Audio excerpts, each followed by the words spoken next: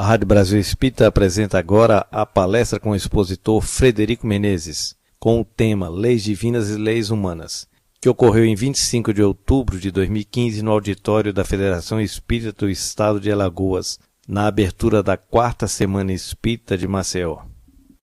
Estimados amigos, boa tarde a todos.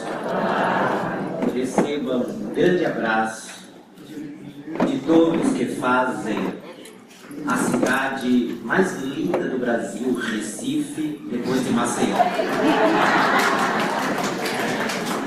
Quero saudar toda a comissão organizadora da 4ª Semana Espírita de Maceió, saudar a presidente da Federação Espírita do Estado das Alagoas, agradecendo pela grande felicidade em estar vindo a este auditório, que já há algum tempo eu não tivera oportunidade, já que eu vim a este estado trazido pelas mãos do professor Coelho Neto há alguns anos atrás. E também pelo contentamento de ver que toda a federação, e esta tarde particularmente, está utilizando a cor que eu mais adoro, tudo azul. É uma alegria imensa. O grande dramaturgo e escritor suíço Friedrich Dürrenmatt teve a oportunidade de se expressar a respeito do maior cientista da Terra no século XX, Albert Einstein, dizendo que ele falava tanto em Deus que ele, Dürrenmatt, desconfiava que Einstein era um teólogo disfarçado. E o escritor Max Gelmer, escrevendo uma obra admirável, intitulada Einstein e a Religião, faz um verdadeiro tratado de análise do pensamento do grande cientista a respeito de Deus e da religião, ao ponto desta obra, e nesta obra, o grande cientista, em uma determinada passagem, dizer-se irritado com alguns ateus e agnósticos que utilizavam reflexões que ele fizera para dizer que Albert Einstein era ateu. E numa das cartas ele nega veementemente isto, dizendo que ele nunca fora ateu. Ele apenas tinha uma concepção de Deus que diferia das ideias sobre Deus estabelecida pelas religiões institucionalizadas. Para Einstein, Deus estava implícito e explícito na perfeição e na harmonia de toda a manifestação da natureza estudada pela sua física moderna.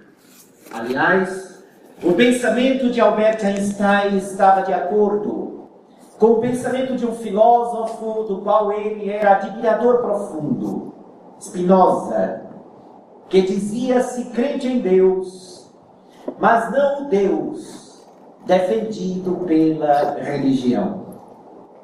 Por outro lado, este pensamento de Albert Einstein remontou àquele que é um dos pais do iluminismo francês, o grande filósofo enciclopedista Jean-Marie Arouet, Voltaire, que disse, ao receber o grau 33 da maçonaria, onde só entra em loja maçônica para ser membro quem acredita em Deus, ele disse veementemente, ao contrário do que a igreja preconizava, que Voltaire era ateu, era um herege.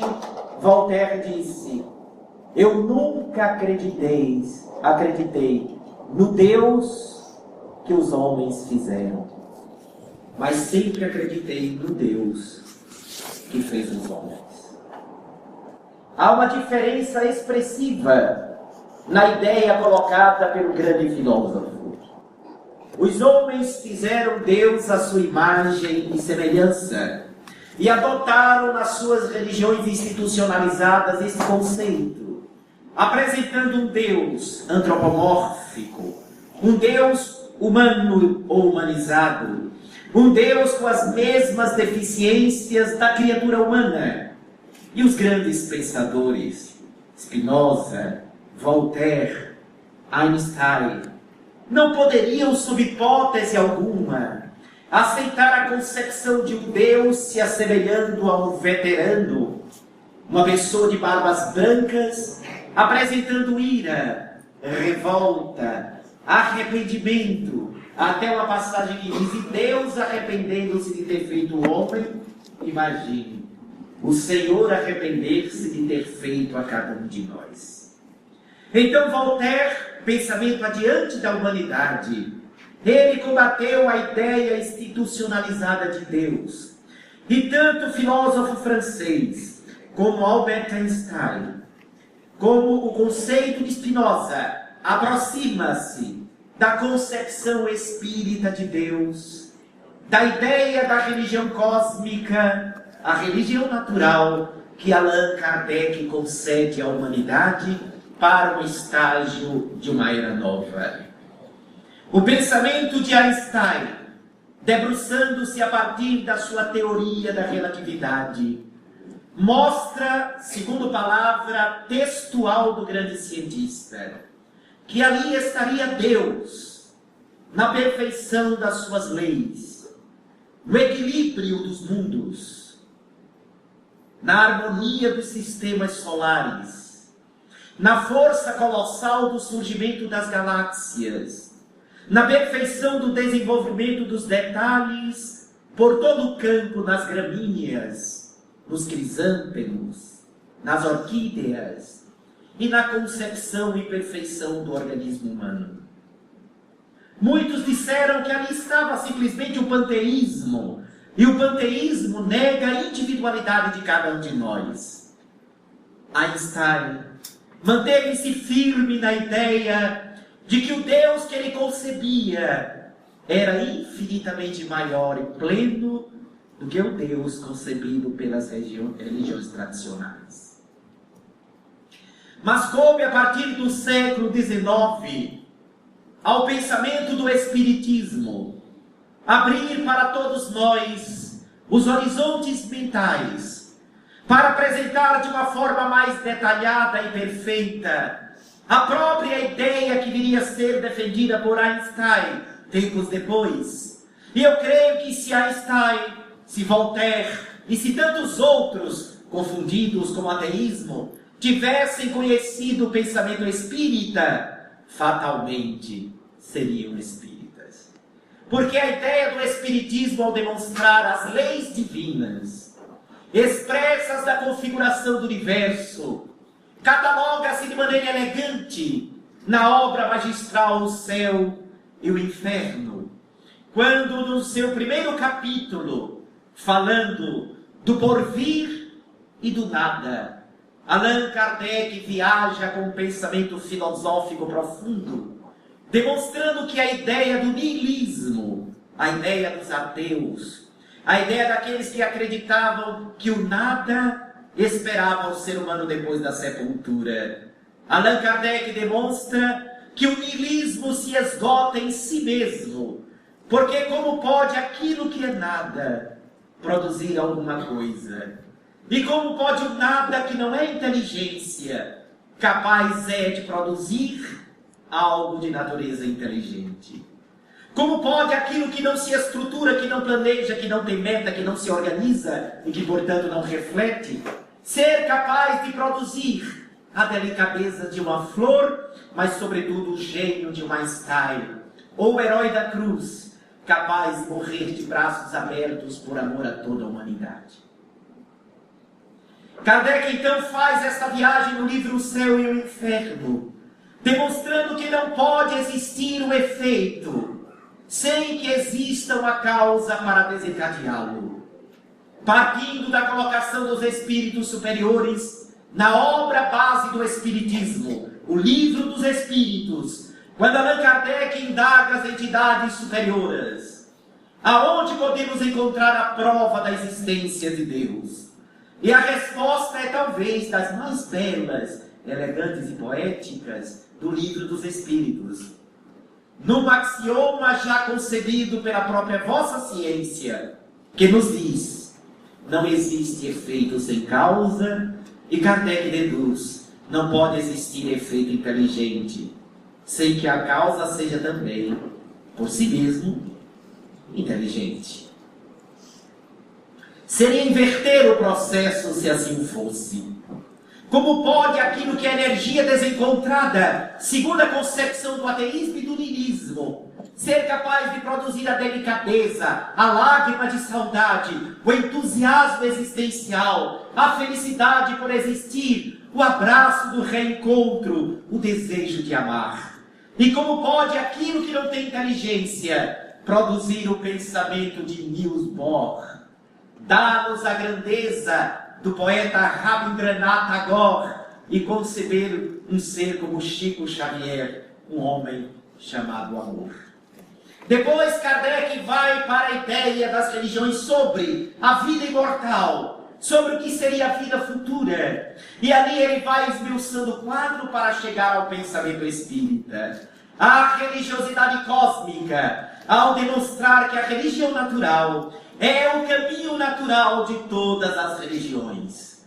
Porque foi desvestindo o homem de todos os mecanismos exteriores, de tudo aquilo que é apenas a superficialidade da crença, e demonstrando que a ritualística, ela é necessária enquanto a mente está no seu estágio infantil e as emoções se encontram na imaturidade própria.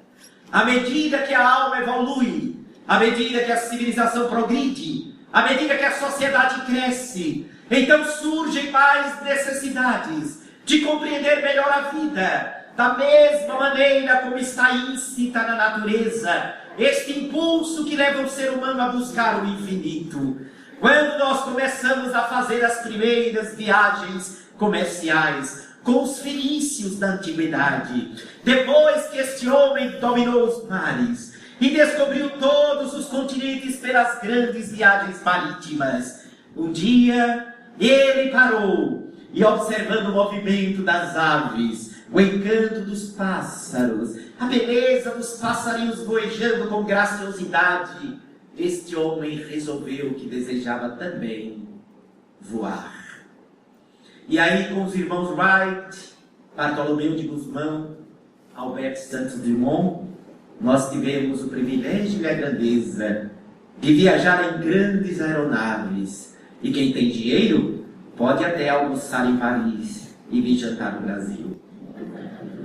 Então essas aeronaves, como conquista do processo de evolução, mostra que há uma seta interna que o nada não poderia produzir desta forma. A lei de evolução, que quando lançada a teoria da evolução das espécies por Charles Darwin e Alfred Russel Wallace, um grande naturalista que foi também espírita, quando foi lançada essa teoria, houve um choque, uma polêmica com as ideias da igreja, porque a igreja defendia o criacionismo raso, aquele que Deus teria feito há mais ou menos 5.500 anos atrás, o ser humano, com o casal Adão e Eva. E a evolução da espécie foi mostrando um trabalho de longo prazo da natureza, aperfeiçoando os seres, desenvolvendo da figura simples para os seres mais complexos, o que não diminui, sob hipótese alguma, a grandeza de Deus. Ao contrário, ao mostrar que tudo evoluiu da simplicidade para a complexidade, você tem uma inteligência suprema regendo todo o processo, porque o nada não teria inteligência para organizar de tal forma a beleza da manifestação da vida. A doutrina espírita, que fora lançada 2 anos antes que o pensamento de Charles Darwin, portanto o Livro dos Espíritos antecipou-se em 2 anos a teoria da evolução das espécies. porque é 18 de abril de 1857, e só em 1859 Charles Darwin falava na sua teoria da evolução da espécie. Então, no livro dos Espíritos, você tem a demonstração dada pelas entidades venerandas, que a lei de evolução é a maior demonstração da causa primária de todas as coisas, da inteligência suprema do universo, Deus. Respondendo à feliz indagação do codificador, que não tratou Deus da forma antropomórfica tradicional, mas fez a pergunta antecipando-se a Einstein, tratando Deus da maneira cósmica, transcendental e muito além da nossa capacidade de entendimento. Kardec perguntou: que é Deus? E a resposta fulminante: causa primária de todas as coisas, a inteligência suprema do universo. Então o Espiritismo, antecipando-se à própria ciência da Terra, falava das leis divinas, porque são as leis da natureza. Mas nós podemos dividir essa lei em duas formas de manifestação dela. A primeira, aquela que é visível ou explorada pela aparelhagem humana, hoje e no futuro, que são as leis que configuram a natureza como um todo, aquilo que está fora de nós, desde a perquisição do solo da terra até penetrarmos nos grandes desafios dos buracos negros, até penetrarmos na formação das galáxias mais exóticas e estranhas, até entendermos os mundos diferentes do nosso. E hoje, ao verificar a ciência dizendo que existe matéria em condições que nós ainda não compreendemos, quando vemos os astrofísicos afirmando que não existe vazio no universo, que o espaço está preenchido por uma matéria estranha, uma matéria que compõe 90% do universo, e que nós não vemos e nem conhecemos, aí nos remontamos ao livro dos Espíritos, quando estes dizem, Allan Kardec, não há vácuo no universo. Aquilo que acreditais estar vazio está preenchido por vidas e manifestação da matéria que escapa aos vossos sentidos e às vossas aparelhagens. Então a ciência vem confirmando paulatinamente a visão espírita sobre a lei natural, que mostra a perfeição. Alguém, porque a gente quer ouvir aquilo que a gente já defende. Aí o cético diz assim, não, mas o universo é um caos. As forças colossais do universo parecem demonstrar que tudo está rumando para o desaparecimento. Mas isso é uma visão superficial e não real, defendida pelos verdadeiros cientistas. Eles sabem que o universo obedece a impulso e equilíbrio. A matéria estranha, escura, faz com que pela força da gravidade, a expansão dada pela energia estranha, que é de expansão, equilibre esta força. Se só existisse a energia escura, o universo se dissiparia através da explosão da sua expansão. Mas a matéria escura, que é um tipo de matéria muito diferente do que a gente conhece, age com a sua força de gravidade, mantendo o equilíbrio e o funcionamento harmonioso do universo. E como não nos lembrarmos de Nicolau Camille Flammarion, o grande astrônomo da França espírita, que demonstra na sua obra Deus na Natureza, que eu proponho e sugiro a vocês que leiam esta obra. No Deus da Natureza, Flammarion mostra que o nosso sistema planetário, os dois maiores planetas do nosso sistema, Júpiter e Saturno, equilibram-se de tal forma que são eles os responsáveis pela permanência dos outros mundos circundando o sistema solar. Porque quanto maior a massa de um planeta, maior a sua força de gravidade. Quando Júpiter acelera o seu movimento durante cerca de 6 meses, Saturno diminui o dele. Depois, Júpiter diminui o seu movimento de translação, e aí Saturno é quem acelera o dele. Se os dois acelerassem no mesmo período, se atrairiam com uma força colossal e destruiriam todo o sistema planetário, com repercussão em ondas de choque sobre outros sistemas do universo. Quem ou que consegue equilibrar com tal perfeição a beleza das forças da natureza? E aí nos debruçamos no olhar sobre o organismo humano e observamos com todo detalhe que há harmonia na vida, que há perfeição. Se a Terra estivesse milímetros além da sua órbita, ou milímetros aquém da sua órbita, não existiria a vida como nós a conhecemos aqui. E fatalmente não estaríamos hoje na quarta semana espírita de Alagoas, porque não existiríamos, estaríamos destroçados. Olha esta inteligência suprema que os céticos chamam de nada. Foi capaz de equilibrar de tal forma para que o carbono, o oxigênio e o hidrogênio gerasse a vida como nós a conhecemos na atualidade. Então há um impulso criador no universo.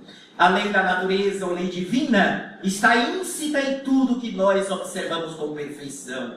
Olhando o nosso corpo, vejam como nós nos aperfeiçoamos desde a era do homem primitivo, quando mais parecíamos os grandes macacoides, o corpo todo peludo, as mãos se arrastando pelo chão, e nós fomos então erguendo o nosso olhar, deixando de olhar para baixo, ficando cada vez mais ereto e elegante, porque à medida que nós vamos evoluindo espiritualmente, esteticamente, vamos nos aperfeiçoando. O que não quer dizer no sentido absoluto, porque tem muita gente que é lindo de morrer e mata pela maldade do coração.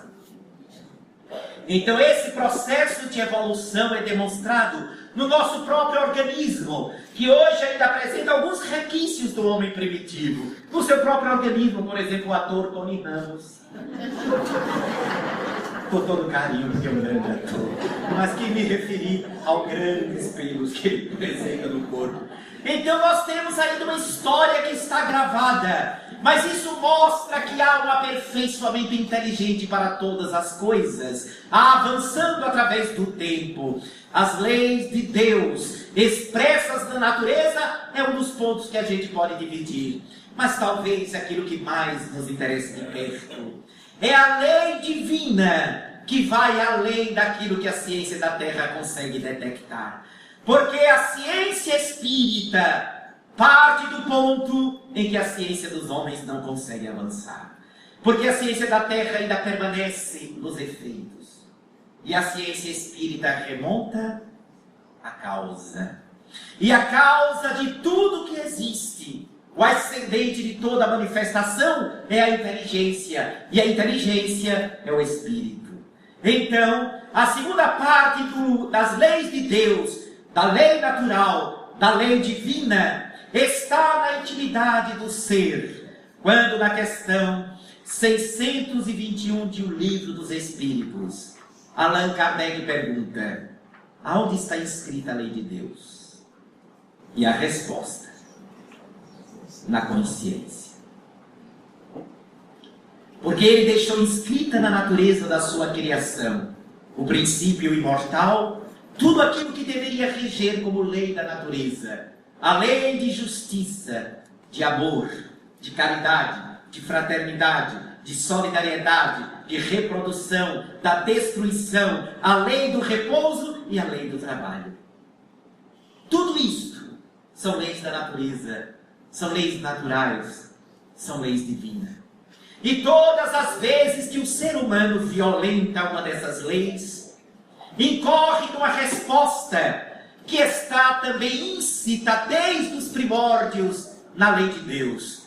O efeito, o resultado, a consequência, a colheita. Somos livres para semear, porém a colheita é essencialmente obrigatória.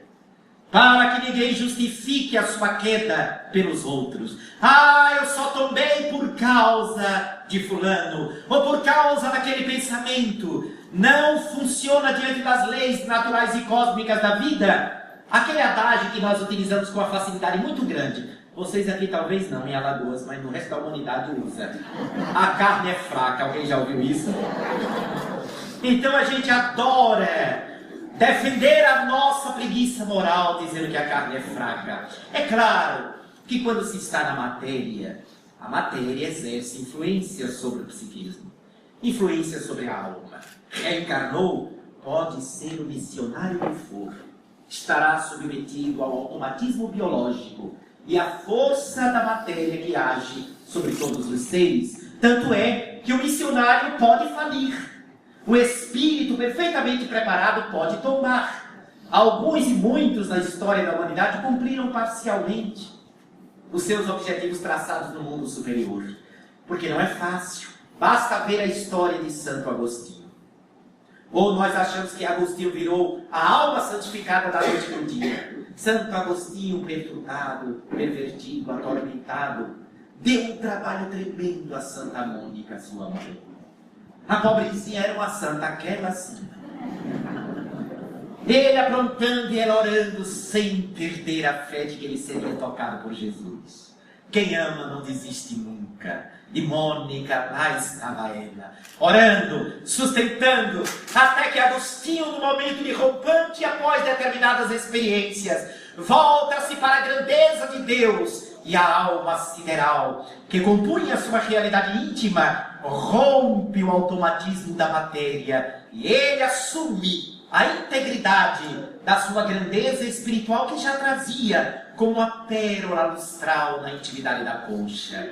Então, na obra Confissões, Agostinho revela o grande drama das suas quedas naquela encarnação, os seus problemas e conflitos, o trabalho que dava à sua mãe, e depois tornou-se um dos pais da igreja, um dos grandes pensadores do movimento religioso da humanidade.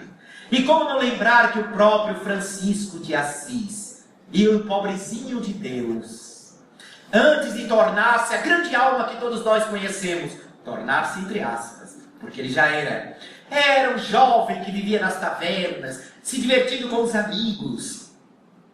Provavelmente era muito namorador. As meninas viviam todas de olho nele porque ele era muito bonito.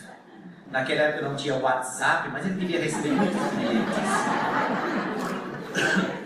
Até que de retorno de uma das campanhas de uma cruzada, vitimado pelo conflito emocional, pelos momentos que passou na masmorra do adversário, ele entra numa verdadeira combustão interna, numa febre psíquica profunda. E esta febre abre os horizontes internos e, rompendo semelhante à larva que vem do fundo da terra, do magma psíquico, rompe a intimidade de Francisco e aí brota o ser cósmico que ele já era. Segundo os espíritos, muitos espíritos amigos, Francisco de Assis foi a mente mais cósmica depois de Jesus na face da terra.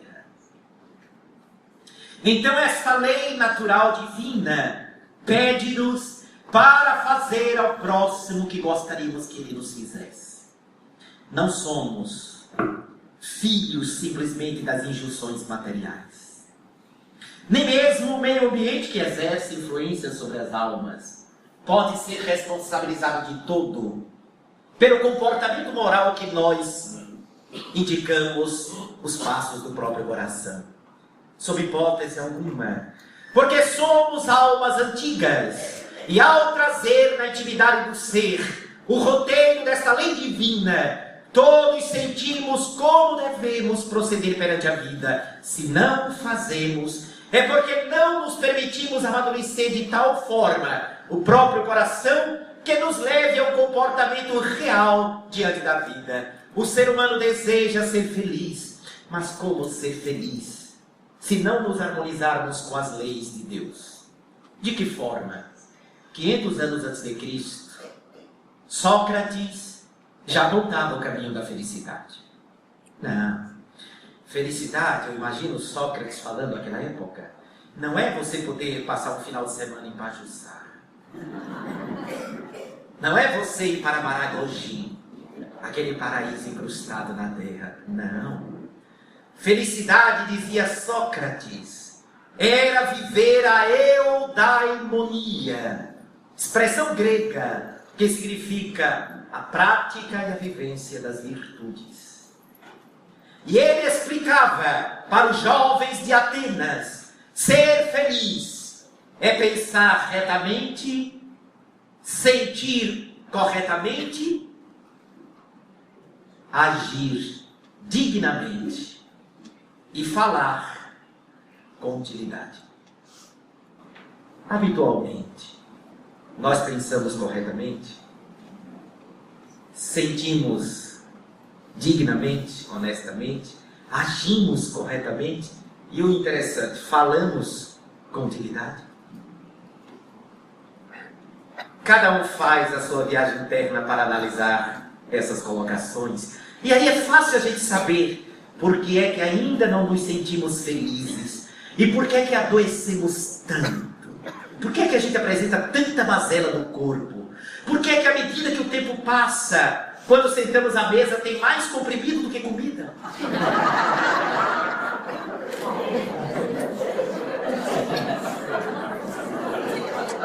Esta é a medida dos nossos conflitos e problemas internos.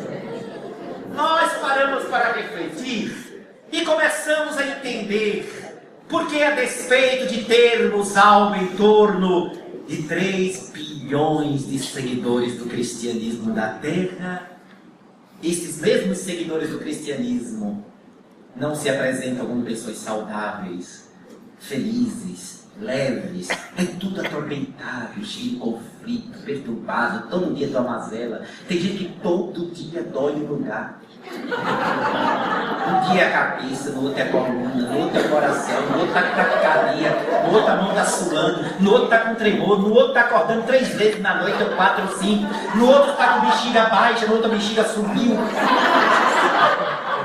E ainda tem aquele que tem a dor que anda. Esse é mais trágico. Porque vai para o médico pergunta, mas dói aonde? Olha, doutor, começa aqui e desce. Então ele passa o Rivotril. Porque não há nada na medicina que justifique isso. Mas isso, meus amigos, é consequência do descompasso nosso para com a lei de Deus. A desarmonia da nossa mente para com aquilo que está funcionando na natureza. E Deus, em sua grandeza, não precisa violentar nenhuma de suas leis. Elas estão estabelecidas de maneira tão perfeita, tanto as leis da natureza externa, quanto as leis da natureza interna, que são as leis morais da vida, são tão perfeitas que Deus nem pune e nem recompensa ninguém. Cada alma se pune ou se recompensa. E antes que alguém pense em dizer alguma coisa, porque eu sou médium, alguém pode lembrar, está lá na codificação, Deus pune. Está lá alguns espíritos dizendo, mas aí é fácil de explicar. Peguem quem foi que falou aquilo no texto, vocês vão entender. A maioria das almas que se comunicaram vieram da igreja e usavam uma linguagem muito próxima da igreja, estrategicamente. Porque tudo foi muito pensado estrategicamente. Usaram garotas adolescentes, que era para não dar pezinho de problemas para quem frequentava a igreja já adultos. E os espíritos que vieram à frente da revelação espírita, Santo Agostinho, São João, São Vicente de Paula, Fenelon. Olha aí, só o pessoal ligado à igreja para diminuir o impacto da revolução trazida pelo conhecimento espírita.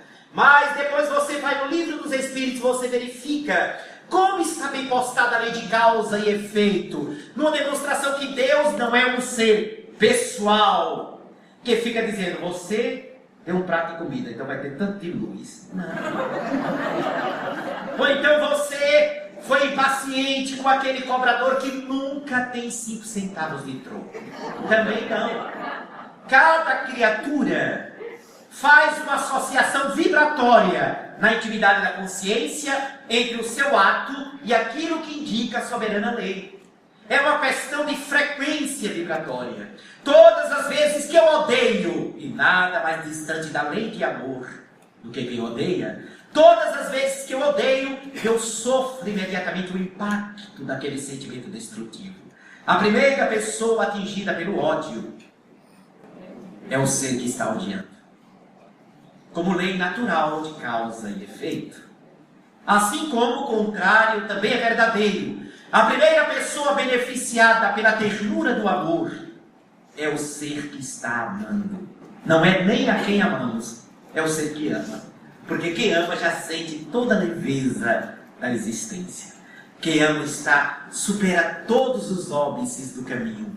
Então, recompensa ou punição é uma estrutura estabelecida e desencadeada por cada um de nós. À medida que a gente amadurece, a gente vai, entre aspas, inocentando Deus pelas nossas amarguras. Porque dizemos tanto, eu estou assim, como é que você está? Estou passando um momento difícil, mas é como Deus quer.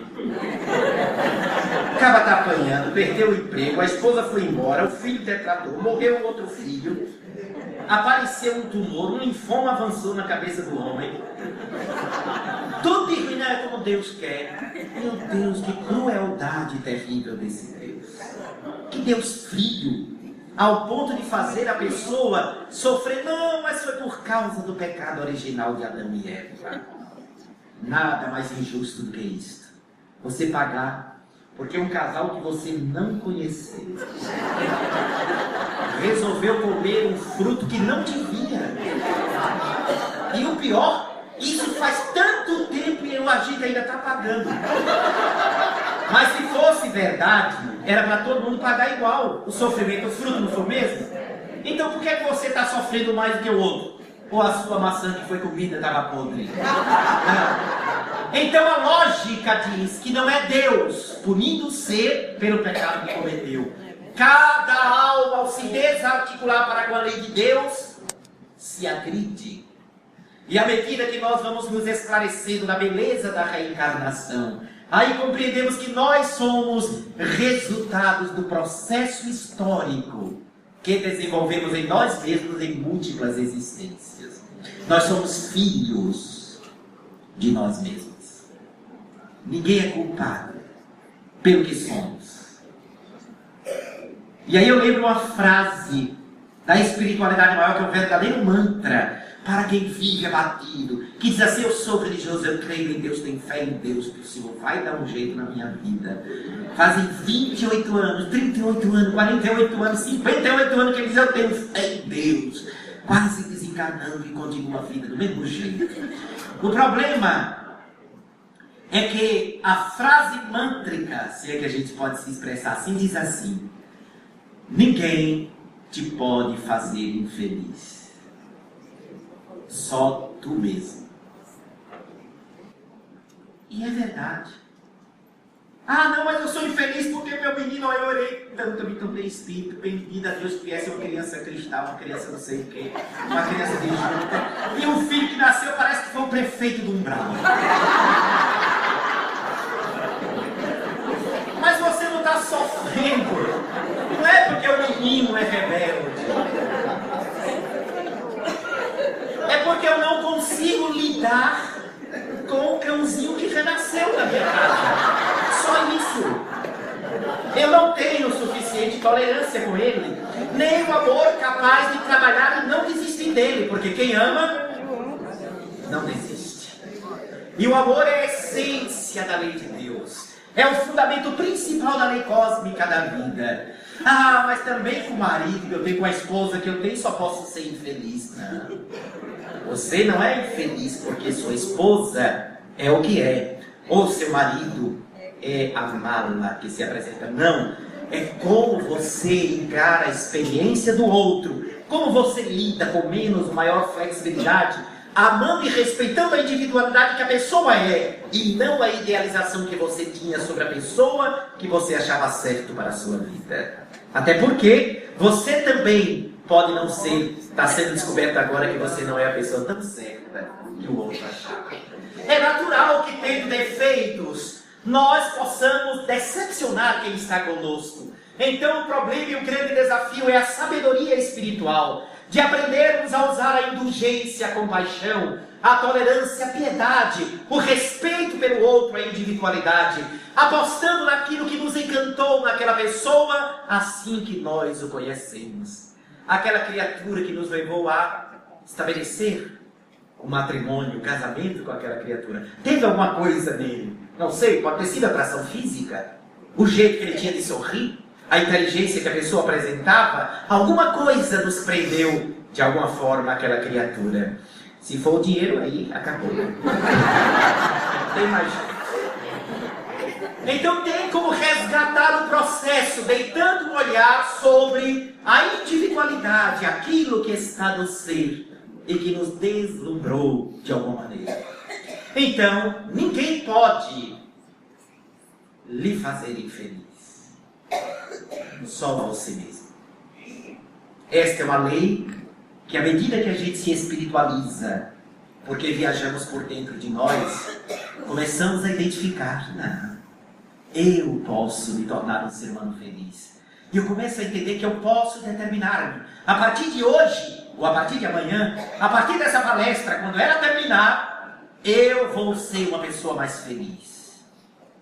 Aquele rancor, aquela coisinha latente, não, eu sou espírita, mas fulano, como eu tenho várias encarnações, daqui a algumas eu perdoo. Aí eu vou entender que esta atitude é anti-evangélica e anti-espiritualidade. Eu estou protelando a minha própria libertação. Porque quer ficar preso a quem você não gosta? Deteste. Quanto mais você detesta uma pessoa, mais vinculada a ela você está. Porque a lei da frequência vibratória faz com que atraiamos aquilo que nos impede de seguir adiante. E o que nos impede de seguir adiante é a mágoa, o ressentimento ou o ódio em relação a alguém. Veja como Jesus foi perfeito na apresentação das leis de Deus, ao demonstrar a necessidade terapêutica existencial do perdão. Ao mostrar como o perdão é, na verdade, uma chave científica para que a gente permita que cresça as asas do grande voo espiritual do ser. E que todo ódio ou sentimento negativo cria correntes que nos vincula ao magnetismo da gravidade moral dos mundos atrasados. Então, quanto mais eu alimento dissensão com as pessoas, quanto mais eu cultivo desprezo pelo outro, mais eu crio elos, mecanismos, que estão submetidos à força gravitacional de ordem moral, nos prendendo a lugares e antros de sofrimento. Narram as tradições que uma mulher relativamente jovem, recém-falecida, chegou às portas do céu e diante de um portão imenso, dourado e luminoso, que estava cerrado, ela empurrou com força tentando entrar no céu. E aí ela escutou uma voz poderosa, semelhante a um trovão, que lhe indagou: quem é você? Ela então disse: bom, eu sou fulana de tal, deu um nome. Mas a voz de trovão repetiu a indagação: eu não estou perguntando o seu nome. Eu estou perguntando: quem é você? Ela disse: eu sou uma mulher. Eu não estou perguntando o gênero que você teve na Terra. Eu estou perguntando: quem é você? Ela disse: eu fui uma bailarina muito famosa no planeta. Ele disse: olha, eu não estou perguntando a sua profissão. Eu estou perguntando: quem é você? E esta indagação dessa breve historieta, ela simplesmente cabe a cada um de nós. Se fizermos essa pergunta em qualquer rua, de qualquer cidade da Terra, em qualquer língua, de qualquer cultura, as pessoas não vão saber responder, ou vão dar o nome próprio. Quem sabe vão dar até o número do CPF. Mas não saberão responder: quem é você? Porque esta é a mais instigante, a mais necessária resposta que precisamos dar a nós mesmos. Quem eu sou? O Espiritismo nos proporciona isto. Olhar para dentro para identificar a nossa natureza. Essa natureza imortal que a ciência espírita e a filosofia espiritista nos entrega como a religiosidade por excelência. Nós somos criaturas que atravessamos o tempo. Somos viajores da eternidade. E estamos aformoseando esta joia que somos nós. Isso é que está acontecendo. Olha que coisa linda, né, gente? Quem aqui gostaria de ver um anjo lindo, brilhando aqui, materializado agora? Luminoso, levante a mão. Não vai correr porque tem muita gente aqui, né? Olha, quase todo mundo. Levante a mão de novo, só para eu ver. Olha aí, muito bem. É maravilhoso, né? Pois bem, todo mundo gostaria de ver um anjo lindo de Deus. Olhem aqui para mim, por favor. Olha que falta de caridade. É assim que a gente vê. Que ausência de espiritualidade de você. Querendo me humilhar de público. Mas é óbvio, gente, que eu entendi a reação de vocês. E é óbvio que vocês sabem que eu não disse que sou um anjo. Ainda. Mas eu serei. E você é um dos anjos mais lindos de Deus. E vocês também. Porque esta é a lei de evolução. Partimos da condição animalizada e impulsionado pela lei de amor que caracteriza o nosso ser. Vamos sair do reino nominal para atingirmos dentro em breve a angelitude. E a angelitude vai ser atingida com a chave da experiência virtuosa que a Boa Nova nos traz. Jesus, pelo caminho da vida, nos deu a Boa Nova. Aquele roteiro onde o amor ao próximo, como a si mesmo, é o caminho que se abre para atingirmos aquele patamar em que nada nem ninguém vai nos tornar infelizes. Porque estaremos tomando conta do coração, ardendo de amor, aprendendo a pensar com amor e a sentir com inteligência.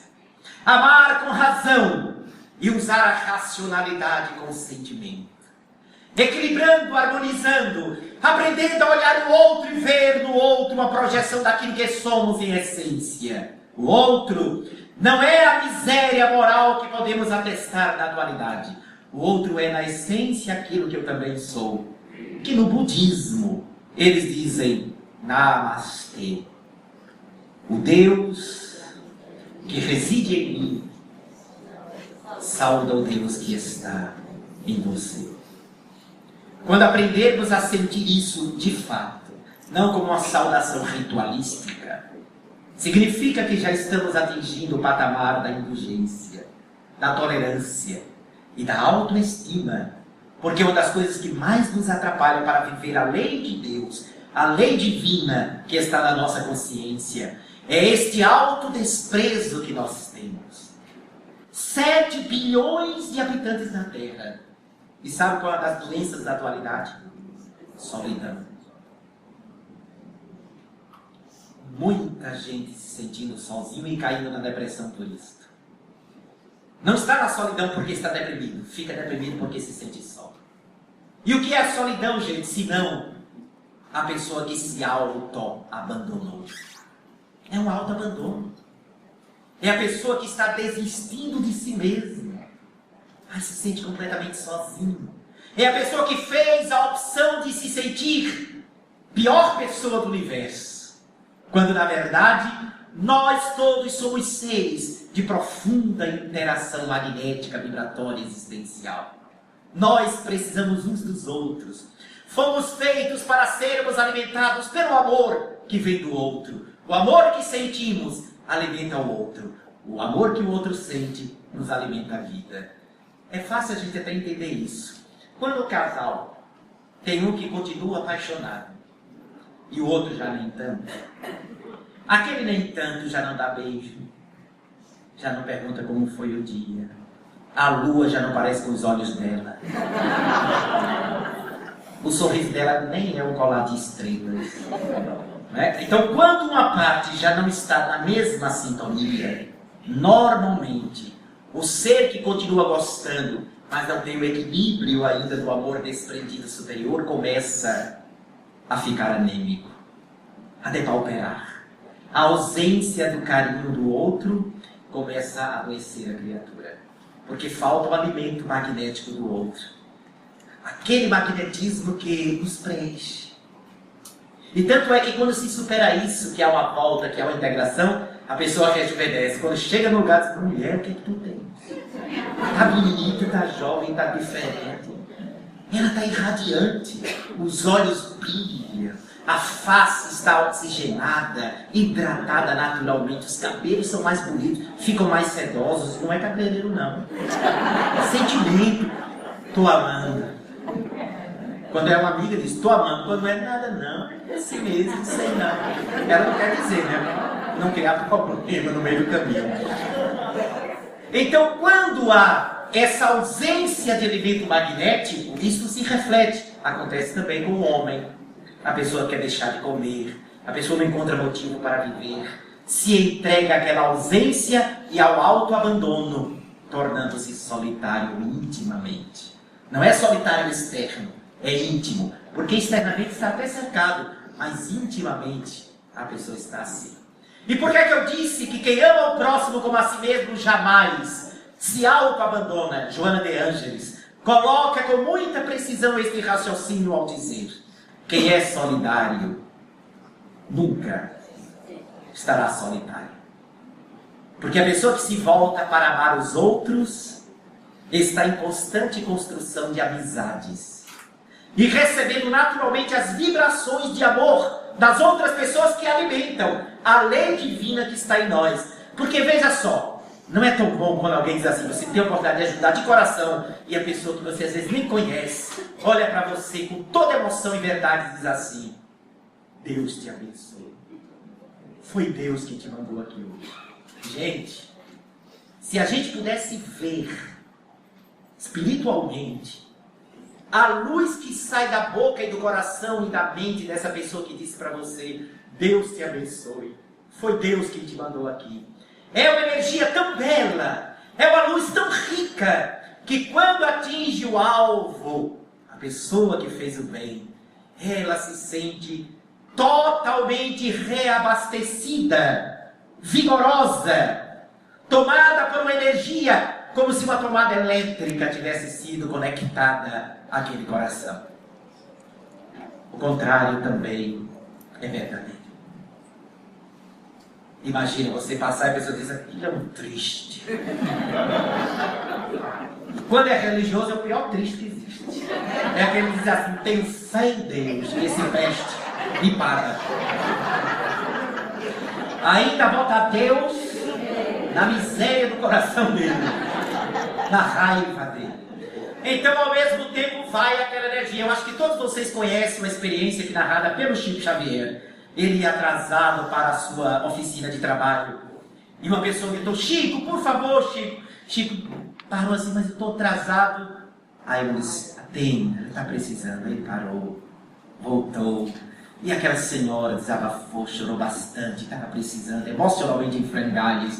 Chico ouviu com aquela paciência luminosa. E depois disse aquelas palavras lindas, encantadoras. Fortaleceu, balsamizou a vida daquela mulher. Quando ele se despediu, que ia já em direção, já muito atrasado para o trabalho, mas ia se afastando a uns 100 metros, ela gritou: Chico! Ele voltou-se e ela disse: Deus te abençoe, Chico. Obrigado por você ter parado e me atendido. E Chico viu uma bola de luz enorme e linda vindo em direção a ele. E quando aquela bola de luz que o assustou o atingiu, ele se sentiu eletrizado. Então Emmanuel apareceu e disse: Chico, esta bola de luz que lhe envolveu com tanta força e com tanta beleza é a gratidão dela. Agora, Chico, se você não para atendê-la, provavelmente ela dizia: isso é um farsante. Qual é a caridade dele? Então, ao invés de uma bola de luz, um visgo escuro poderia chegar até você. Independente, se você não tivesse equilibrado, você ia sentir dor de cabeça, mal-estar, em função da antipatia da pessoa que você deixou de atender. Não vamos atender com medo do visgo. Devemos atender por conjunção do coração, por determinação da alma, por consciência dessa lei de Deus que está na nossa intimidade. 5h30, né? Só para me dizer assim, né? Que está na nossa intimidade. Vocês aguentam 5 minutinhos, 90? Mais 50. Então, às 22 horas a gente faz um intervalo. Então, dentro dessa ótica, a experiência de Chico é isso que eu estou colocando. a lei divina que está em nós, a lei de amor, da caridade, da solidariedade, a lei de reprodução, a lei do trabalho. Como é importante trabalhar. Trabalhar não é só profissionalmente, não. O trabalho do bem, o trabalho construtivo, o trabalho intelectual, o trabalho do aprendizado, o trabalho de escrever, o trabalho da mensagem. Deixar-nos tomar por aquele que é o grande revolucionário moral da humanidade, Jesus de Nazaré, porque ele abala todas as estruturas equivocadas e arcaicas do ser humano, e é este ser extraordinário que lá na Galileia distante legou para todos nós a proposta para que a gente pudesse orar pelos que nos perseguem e caluniam. Quantas vezes a gente lembra de orar por aqueles que não simpatizamos? Nenhuma. Ora, no máximo, estourando para o marido ou a esposa, se não tiver brigado. Para os filhos, tio, avô, irmão, amigo, é agregado, não entra não. E Jesus disse, orai pelos que vos perseguem e caluniam. E disse mais adiante, ama o teu próximo, amai os vossos inimigos. A gente mal sabe amar os amigos. Ficamos com raiva dele, tiramos o WhatsApp. Eliminamos do Facebook. E ele propõe amar os nossos inimigos. Então a doutrina espírita, que nos faz reviver a bela mensagem do monte, é a doutrina que nos mostra de maneira concreta a lei de Deus que resplandece no interior de cada um de nós. Somos aqueles que devemos experimentar na intimidade da alma a mensagem eloquente e bela que cantou para nós, vindo das estrelas, a lei de amor. Aquela mensagem que nos ensina o tempo todo a adquirir a felicidade pela consciência de que nós não somos algo negativo na vida. Ao contrário, nós somos o ápice da beleza existencial, porque aqui estão aqueles que irão assumir a atividade junto de Deus no prosseguimento do aperfeiçoamento dos universos. Somos nós, aqueles que no futuro seremos Cristos de Deus, aqueles que iremos espalhar em outras plagas, em outros mundos, a semente da ternura, da abnegação, da renúncia e da entrega, pelas reencarnações, pela grandeza de viver, por mais um dia, ao abrir os olhos, por sentir e olhar na natureza as leis divinas. Como não agradecer? Porque os meus olhos, os nossos olhos podem ver a luz do sol, a beleza das flores, o encanto das marés. E quantos estão atormentados na grande escuridão da cegueira? E como não agradecermos a oportunidade de ouvirmos a melodia sublime dos pássaros, o riacho que canta, a brisa que sussurra? Quantos estão pela existência mergulhados no grande silêncio, na surdez?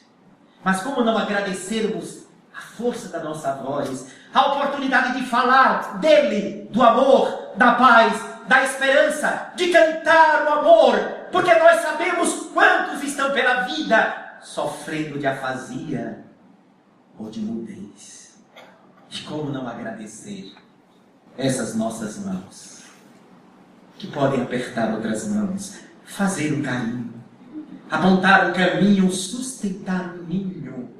Quantos estão pela vida mutilados que mal podem levar o alimento aos lábios? E como não agradecer a Deus os pés que nos levam a bailar, saltitar, caminhar, correr em direção ao outro, quando são tantos aqueles prisioneiros numa cadeira de rodas ou no leito de dor?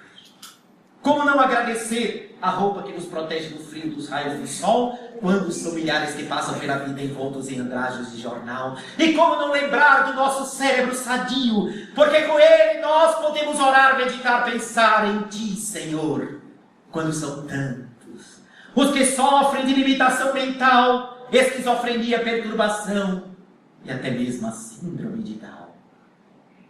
Agradecer pela lágrima que purifica, pelo sorriso esperançoso, mas agradecer, sobretudo, pela lei da reencarnação.